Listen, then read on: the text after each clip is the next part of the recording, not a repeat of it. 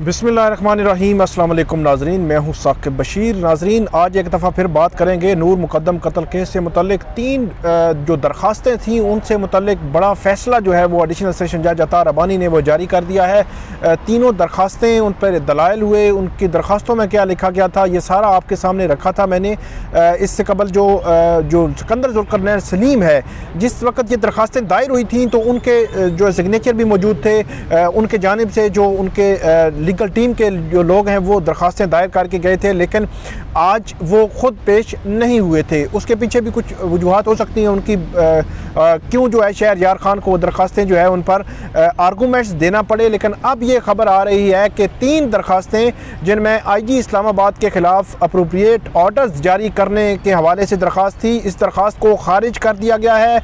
और इसके अलावा दूसरी दरख्वास्त थी जो तफ्तीशी अफसर है अब्दस्तार खान जो है उसके ख़िलाफ़, और जो नक्शा वक़ूए का नक्शा था उसमें नक्शा दुरुस्त तरीके से ना बनाने और अब्दस्तार खान के ख़िलाफ़ फर्जरी की कार्रवाई शुरू करने के हवाले से जो दरख्वास्त दायर की गई थी वो दरख्वास्त भी खारिज कर दी गई है।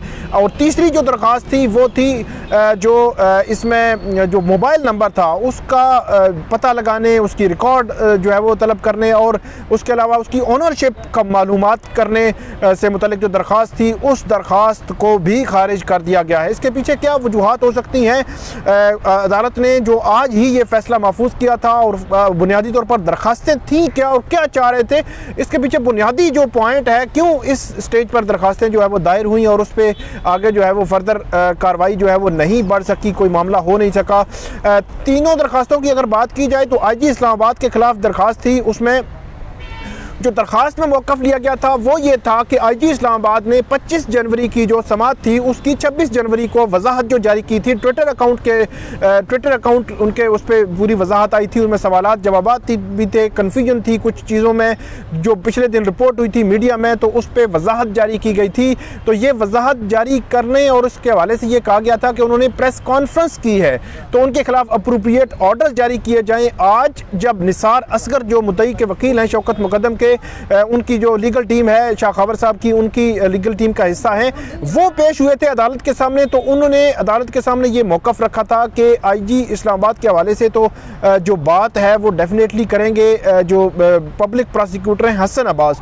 तो हसन अब्बास ने ये कहा था अदालत से कि प्रेस कॉन्फ्रेंस हुई ही नहीं, मतलब ऐसी चीज़ एग्जिस्ट ही नहीं करती जो हुई है। उन्होंने कहा कि ट्विटर अकाउंट जो है ICT का, इस्लामाबाद पुलिस का, इस्लामाबाद एडमिनिस्ट्रेशन का, उस पर वजाहत जो है वो आई थी क्योंकि पिछले दिन जो मीडिया में ख़बरें जो आई थी उसमें काफ़ी कन्फ्यूजन थी पब्लिक के हवाले से और काफ़ी जो है उस पर चीज़ें जो है वो डिस्कस हो रही थी। तो उसके बाद ये इस्लामाबाद पुलिस ने ये वजाहत जारी की थी। उन्होंने ये भी कहा था, अदालत को इंश्योर कराया था कि Islamabad police, IG Islamabad, SN Yunus या दीगर जो ऑफिशल्स हैं उनका हरगिज़ ये मकसद नहीं कि किसी किस्म की भी मुदाखलत जो है वो अदालती जो प्रोसीडिंग है, कोर्ट प्रोसीडिंग्स है, अदालती कार्रवाई में वो खलल अंदाजी करें। और उन्होंने ये कहा था कि वो इंश्योर करेंगे कि आइंदा ना हो।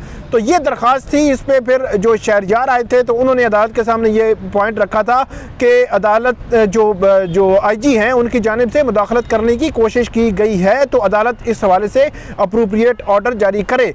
तो लेकिन अब खबर ये आ रही है कि अदालत ने यह दरख्वास्त खारिज कर दी है और इस स्टेज पर अदालत ने उसको कंसिडर नहीं किया।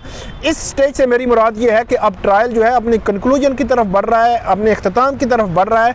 इसमें जो जितने भी स्टेटमेंट्स थी, जो विटनेस थे, उनकी स्टेटमेंट्स हो चुकी हैं, उन पे जरा हो चुकी है। 342 की स्टेटमेंट्स पे 9 फरवरी को क्वेश्चनर दिया जाना है मुल्ज़मान के वकला को और उसके बाद उस पर फर्दर कार्रवाई 9 फरवरी को होनी है। दूसरी दरख्वास्त थी वो अप्रोप्रिएट वो जो ऑर्डर थे, जो ओनरशिप थी मोबाइल नंबर की, जिसके हवाले से जो मुद्दई मुकदमा है शौकत मुक़द्दम, उनकी जानिब से अदालत को ये कहा गया था कि एक मोबाइल नंबर जो उन्होंने अपनी वाइफ जो है नूर मुक़द्दम मखदूला की जो वालिदा हैं उनके हवाले से कहा गया था, वो मोबाइल नंबर भी उन्होंने बताया था अदालत को। और उसके बाद उन्होंने कहा था कि इस नंबर से नूर की जो कॉल हुई थी या बात हुई थी उसकी, तो जो डिफेंस साइड है, जो मरकज़ी मुल्ज़म ज़ाहिर जाफ़र के वकील हैं, उन्होंने ये कहा था कि इस नंबर से गाए बगाए बात